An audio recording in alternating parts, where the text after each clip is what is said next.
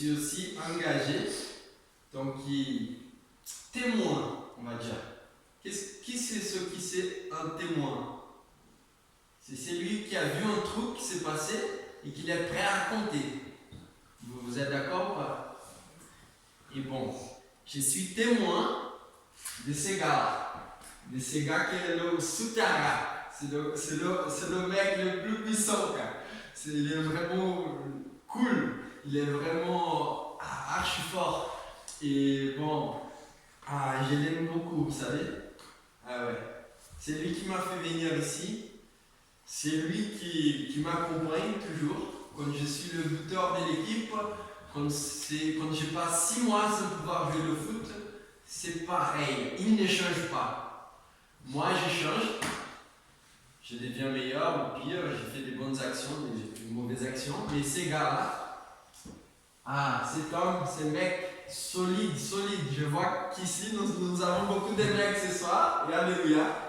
Mais le Seigneur vous vaut des mecs forts, des mecs costauds, des mecs qui sont prêts à éteindre le feu. Mais aussi, il a une comparaison. Mais bon, on va passer au-delà. Ça ne va pas vous apporter grand chose. Et je vais commencer par la parole. Je ne suis pas un prêtre, mais cette parole elle a changé ma vie. Et je vous permets de la lire. Et vous allez comprendre par vous-même. Et je vais essayer de vous parler ce que cette parole fait concrètement dans ma vie. Parce qu'on a une certaine idée, tous ceux qui sont des témoins de Jésus, ils peuvent, sont des spirituels, c'est pas pour moi ça. Il fait qu'il prie, ces gars-là, il n'a rien à faire. Je peux dire des choses qu'on ne peut pas ici. Et bon, c'est pas du tout ça. Jésus il agit dans le concret. Il veut que vous lui parliez de vos soucis, de vos victoires, de ce qui vous fait des biens et des mauvais. Il veut vous entendre. Parce que même avant que vous veniez au monde, il rêvait du jour où vous l'auriez, où vous allez l'aimer, tout simplement. Et pour expliquer le pourquoi il est sur la croix, le Seigneur m'a inspiré. J'ai rien préparé. En arrivant à la chapelle, le Seigneur m'a donné 3 passages. Je vais essayer de ne pas être long, mais bon, soyez patients, on y va. C'est la première épître, lettre aux Corinthiens, des Grecs, au chapitre 15. Je vous rappelle, frères et sœurs, ici il n'y a que des frères, l'évangile c'est la parole, ce que Jésus est venu parler, dire et vivre, que je vous ai annoncé, que vous avez reçu et dans lequel vous tenez ferme. C'est aussi par lui que vous êtes sauvés, si vous le choisissez. Si vous les retenez dans les termes où je vous l'ai annoncé. Autrement, votre foi aurait été inutile. C'est-à-dire, si vous ne vous confiez pas à Jésus, ça ne sert à rien. Bon, on continue. Je vous ai transmis avant tout le message que j'avais moi aussi reçu. Christ est mort pour nos péchés. Il est vraiment mort. Il est vraiment mort. Conformément aux Écritures, il était mort. Il a été enseveli. Qu'est-ce que ça veut dire ça? Vous comprenez? Moi non. Mais je suis allé chercher. Enseveli, ça veut dire être mis dans un tombeau, dans une sépulture. Et il est ressuscité le 3e jour. Ressuscité, ça veut dire élevé. Il était mort, il était élevé. Parce qu'il n'est pas resté mort, il est vivant. Il est parmi nous. Vous le croyez ou pas? C'est comme ça. Le 3e jour, conformément aux Écritures. Ensuite, il est apparu à Pierre, Céphas, puis aux 12. Entendez bien, parce que ce n'était pas des hallucinés qui ont vu Jésus. C'est prouvé, c'est impossible qu'il 500 personnes puissent voir un mort revenir à la vie et témoigner de ça et dire nous l'avons vu. Et c'est ça que vous allez entendre, qui c'est écrit dans la parole de Dieu. Après cela, il est apparu à plus de 500 frères et sœurs à la fois, dont la plupart sont encore vivants et dont quelques-uns sont morts. Ensuite, il est apparu à Jacques, puis à tous les apôtres. Après eux tous, il m'est apparu à moi aussi, comme à un enfant né hors terme. En effet, je suis le plus petit des apôtres. Bon, et je ne mérite même pas d'être appelé apôtre, parce que j'ai persécuté l'Église de Dieu, mais par la grâce de Dieu, je suis qui je suis, et ainsi de suite. Cette parole me dit tout simplement que Jésus a été mort et qu'il est vivant. Et qu'est-ce que ça change dans nos vies? Je vais vous parler en 3 minutes ce qu'il a fait dans ma vie. Moi, j'étais élevé dans une famille catholique. J'avais des très bons parents. C'est peut-être pas votre cas, mais sachez que s'il a fait beaucoup pour moi, si vous avez des difficultés, si vous n'avez peut-être pas votre père à la maison, votre mère, s'il y a des conflits, s'il y a des bagarres chez vous, ça veut dire que s'il a fait beaucoup de choses pour moi, il peut certainement faire encore plus dans vos vies. Et parce qu'il nous surprend, il fait vraiment des merveilles, comme on chantait tout à l'heure. Et même si j'avais été très bien élevé, je suis parti de chez moi à l'âge de 14 ans. J'ai commencé à faire des choses qui n'étaient pas de l'agré de Jésus. C'est-à-dire que je suis devenu un sacré menteur. Je voyais les femmes comme des objets de plaisir. J'étais très anxieux. J'avais du talent pour jouer le foot, mais le ballon il brûlait dans mes pieds, tellement je n'avais pas la maîtrise de moi-même. Et j'avais une double face envers mes parents. J'étais d'une manière, le dimanche j'allais à l'église, mais le samedi soir j'étais pas bien dans la semaine. Même mes potes, je voyais, celui-là il peut me rendre quelque chose ensuite ou pas. C'était comme ça que je faisais mes amitiés, vous voyez. Et bon, ça est arrivé un moment où je me suis rendu compte que j'avais besoin de Jésus-Christ, de Dieu. Il y a un seul Dieu, c'est Jésus-Christ avec son esprit qui est parmi nous. Et j'ai compris que j'avais besoin de son aide. Peut-être que vous n'avez pas besoin de l'aide, mais moi je pense que nous avons tous besoin de son aide. Et pour devenir footballeur, je lui ai dit, Seigneur, j'ai besoin de toi. Mais à ce moment-là, il m'a fait comprendre, parce que j'étais déjà baptisé, j'avais reçu cet esprit qui habitait en Jésus et qui va habiter en chacun de ceux qui le souhaitent. Et j'ai compris que je devais confier pas seulement le foot, mais ma vie familiale, mon affectivité, ma sexualité, ma façon que j'ai traité les filles, la façon que j'ai traité mes potes, ma vie financière, ma santé, tout à Jésus. Bon, c'est vraiment ça. Ou on se donne par entier, ou on se donne pas. Nous sommes vraiment libres en fait. Et chacun a un temps. Pour moi, c'était à l'âge de 19 ans. Et ma vie a changé. De quelle manière, vous pouvez vous demander? Déjà, je suis devenu professionnel. Mais un an après, je me suis retrouvé sans club. Et à ce moment, je lui ai dit, Seigneur, si tu veux, j'ai compris que ce n'était pas pour le foot en fait que je devais le suivre. Mais c'était parce qu'il c'est lui qu'il est, il ne change pas. Il est tout amour, il continue à nous aimer. Il continue à venir nous rejoindre dans nos difficultés, dans les 4 chirurgies. J'ai déjà été un médecin, déjà mis des couteaux au moins 4 fois. 2 fois au genou, une fois aux chevilles, une fois au pied. Et bon, je me suis déjà cassé de partout.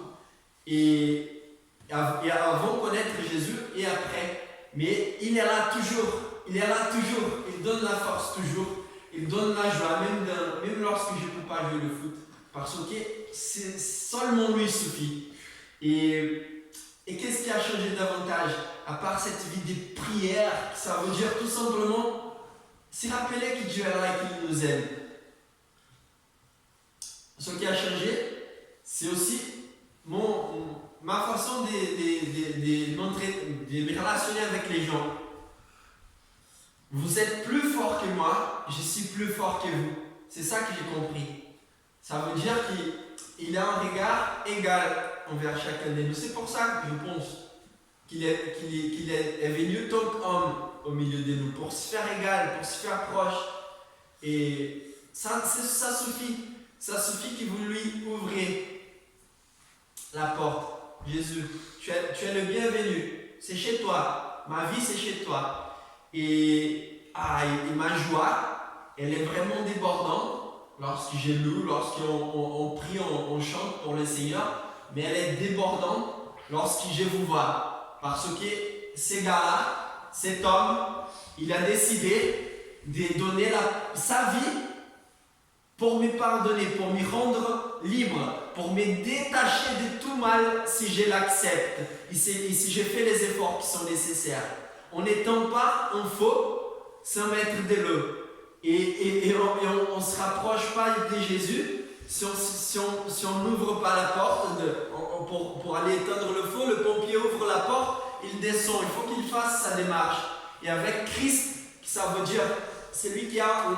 Bon, c'est compliqué.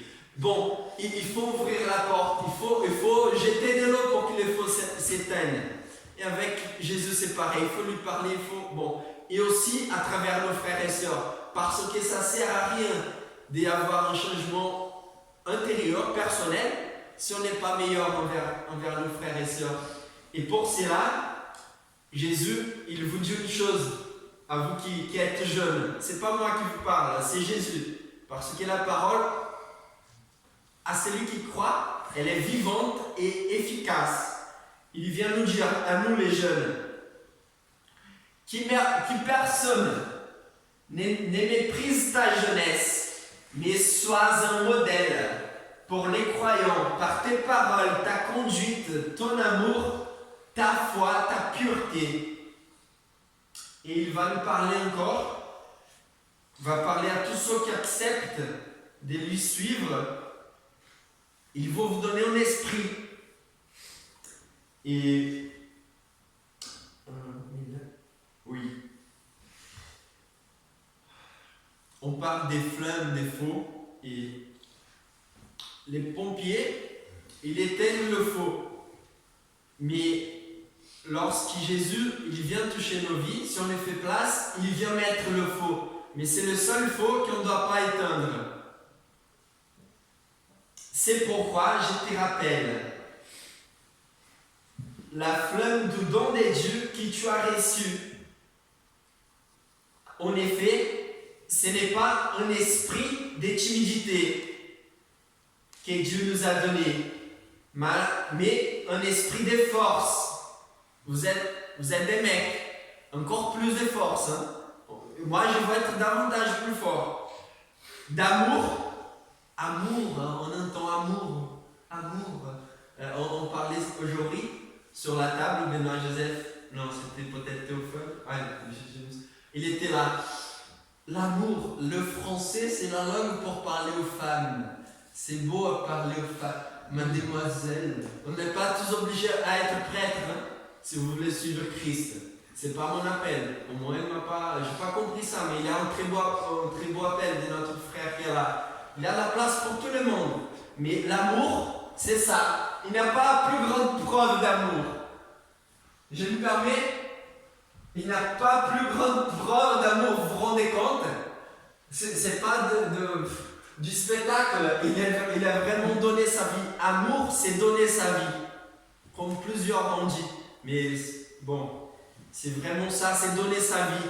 Et nous, Dieu, il a un plan pour les gars et pour les filles. Mais pour nous les hommes, il a un plan. Ah les mecs, je suis fier d'être homme et en fait, il faut qu'on soit fort. il veut qu'on ait de l'amour. Non, il veut qu'on donne la vie. Et même si vous êtes encore des adolescents, des jeunes, nous ne sommes pas faits pour être assis dans notre canapé et en train de laisser la femme de notre vie, notre mère, notre soeur, en train de se débrouiller toute seule. Ça peut vous déplaire, mais je m'en fous. C'est tout simplement ça. On est fait pour donner la vie, pour être un soutien pour les femmes. Et le Seigneur, il compte avec chacun de vous et avec moi aussi. Ah, c'est extraordinaire ça, vraiment. Et si vous voulez vivre des belles choses, il a ses plans pour moi et pour toi. Et il nous dit une troisième dernière chose, c'est un esprit de sagesse. Et sur ça, la sagesse pour moi aujourd'hui, c'est de mesurer là où je veux perdre. Soit j'ai choisi Christ et j'accepte de perdre les choses qui ne mènent pas au bien, à la joie, à la vérité. Soit j'accepte de vivre le sexe hors mariage, j'accepte de me droguer, j'accepte de ne pas croire que j'ai un plan merveilleux pour moi. Et là, je perds tout ce qui est bon. Vivre une belle vie de famille, vivre tant que prêtre de manière saine et pure, comme on a lu, c'est être sain. Et j'ai choisi de perdre ma santé si j'ai choisi les drogues, si j'ai choisi pas les, si j'ai choisi les drogues. C'est ça la sagesse, c'est rien de plus, c'est choisir de quelle manière où on veut perdre pour gagner. Et vous êtes tous appelés à être des vainqueurs. Vous pouvez avoir des échecs, je me suis déjà retrouvé assez souvent sur le banc des touches sans pouvoir jouer, blessé. Mais avec Christ, je suis plus que vainqueur. Il me donne toujours la force de me battre. Là, je prépare ma reconversion professionnelle. Dieu n'aime pas le football. Et oui, il aime le footballeur. Mais il aime encore plus Pedro. Il aime encore plus chacun de vous. J'aimerais dire vos prénoms. Mais c'est ça. Ouf. Et bon, je pense que c'est bien. Vous avez trop entendu déjà. Et on va prier, parce que ça ne sert à rien les paroles. C'est vraiment Christ qui peut changer vos vies et pour vous donner une joie abondante, surabondante. Ah ouais. Amen. Alléluia.